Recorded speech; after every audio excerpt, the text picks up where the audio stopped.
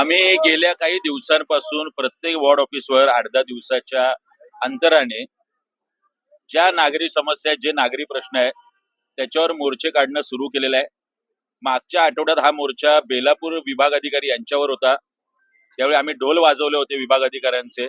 आता हा शिटी वाजवा मोर्चा या नेरूळ वॉर्ड ऑफिस अंतर्गत या नेरूळ विभाग अधिकाऱ्यांच्या इथे होणार आहे. सुरुवात झालेली आहे. मोठ्या प्रमाणात फेरीवाल्यांची समस्या असो, सेक्टर 2, 8, 10 असेल नेरूळ मधलं आणि बऱ्याच ठिकाणी पाणी वेळेवर न येणं असेल, पाणी फक्त 2 तास येणं असेल, स्वतःचं धरणं याची टिमकी राजकीय नेते वाजवतात.